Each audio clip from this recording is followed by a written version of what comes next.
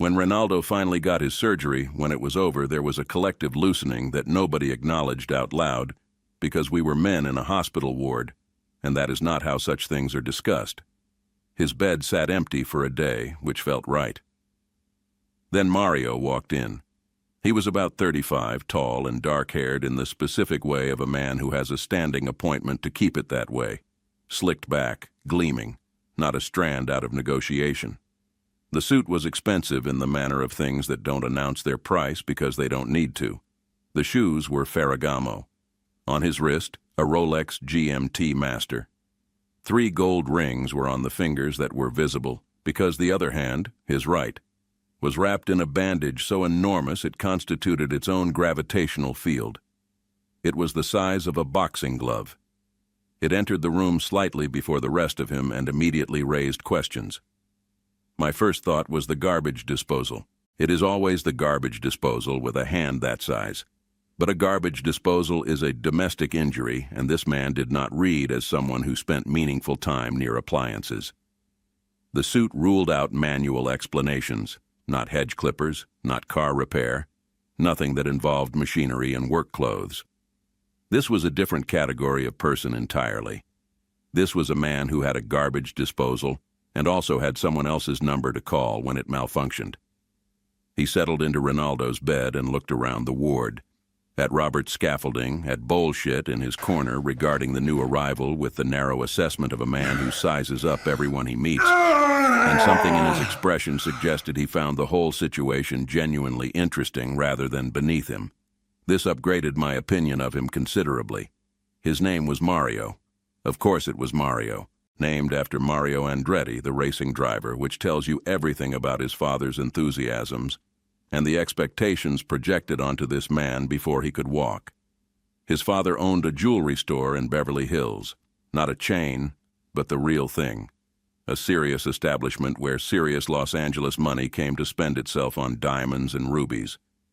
The whole Horvath family worked there. Mario sold, and he was extraordinarily good at it.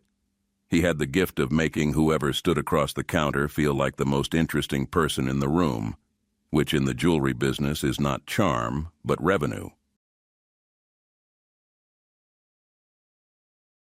His cousin Paul handled the accounts.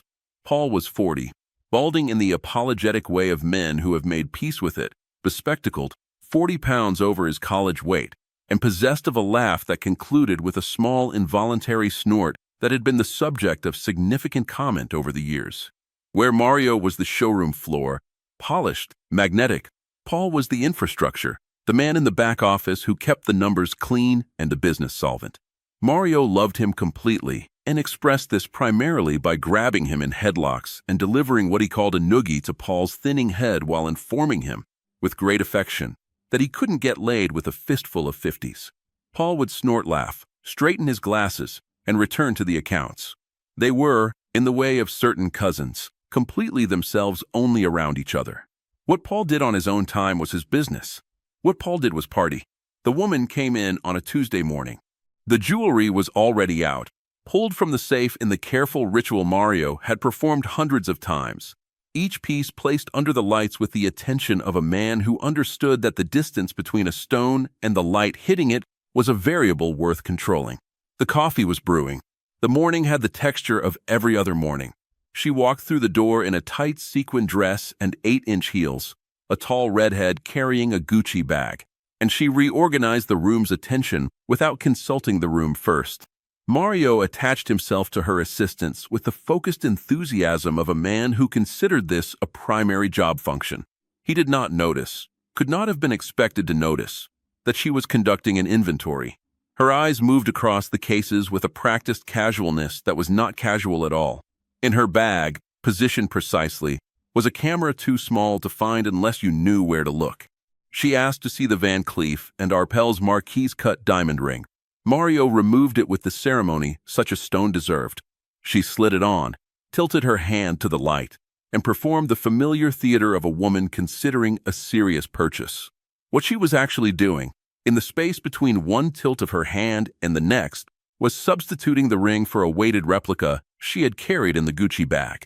The switch happened with the clean efficiency of something rehearsed until it required no thought. Mario saw nothing because there was nothing visible. She thanked him warmly, said she'd need to discuss it with her husband, and left. In the car outside, a man named Kurt was waiting. Kurt was an ex-inmate who had arrived at incarceration via armed robbery and departed it with an education in theft that the penitentiary had inadvertently but thoroughly provided. He had spent a month watching the store, cataloging routines, identifying patterns. The one that interested him most. Every Thursday evening, Mario left with a sample case. High-end pieces for private clients. The kind of transaction that happened over dinner rather than over a display case. Kurt also knew what happened after dinner because he had followed Mario enough Thursdays to know the full itinerary. Dinner first. Then Paul needed to visit a nameless downtown establishment to get a Hummer before nighty-night. Mario waited in the car. He didn't believe in paying cash for companionship. He would rather buy dinner and drinks. It was a matter of personal philosophy. Kurt filed all of this carefully and waited for Thursday. That Thursday, Mario packed Paul into the 500 SEC and drove to Spago. Wolfgang Puck came out himself because Wolfgang knew Mario, and they ordered smoked salmon pizza and 2 bottles, a Turnbull and a Staglin. And the evening had the quality of evenings that have happened many times between people who know how to enjoy themselves. Paul snort-laughed at something and straightened his glasses. The wine was outstanding. Afterward, Paul required a visit downtown. Mario parked outside the establishment and prepared to wait. He slid a CD into the player, put the seat back, and was somewhere inside a comfortable dream when Kurt's knife came through the window. The blade caught the webbing of Mario's right hand, that dense, specific territory between thumb and index finger where the anatomy is complicated and the damage is serious. The pain arrived all at once, instantaneously and completely. Mario woke not gradually, but like a light switching on, the dream gone and the night replacing it with total clarity. Kurt's hand was already past him, already finding the sample case on the rear seat, already withdrawing. By the time Mario processed what had happened, Kurt was running. By the time he got out of the car, Kurt was gone. He went into the brothel to call the police and an ambulance. The police arrived and greeted the owners with the easy familiarity of men who had been to this address on previous and unrelated business. The ambulance loaded Mario into the back with his hand wrapped in whatever was on hand, which was the beginning of the bandage that would achieve boxing glove proportions by the time he walked into our ward. Mario's family had contacts because Mario's family was the kind of family that cultivated contacts deliberately, with the understanding that you never know which one you'll need. They reached Dr. James Talesnick, a hand surgeon of such distinction that he had written the textbook on the subject, a book literally called The Wrist, which is the kind of credential that ends all discussion about who you want operating on your hand. Dr. Talesnick happened to be performing a surgery at County. Mario became our roommate. And then Zosia arrived. She came in about an hour after Mario was settled, and the ward responded the way the ward responded to very few things, with complete, unified silence.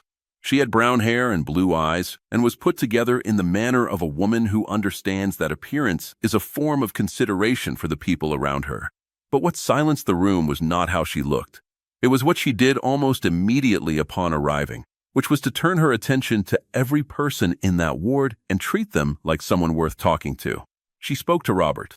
She made real conversation with Bull's hit, which was no small diplomatic achievement, and he went quieter in her presence than I had ever seen him, still audible, because silence was physiologically impossible for that man, but subdued in a way that suggested even he recognized something worth moderating himself for.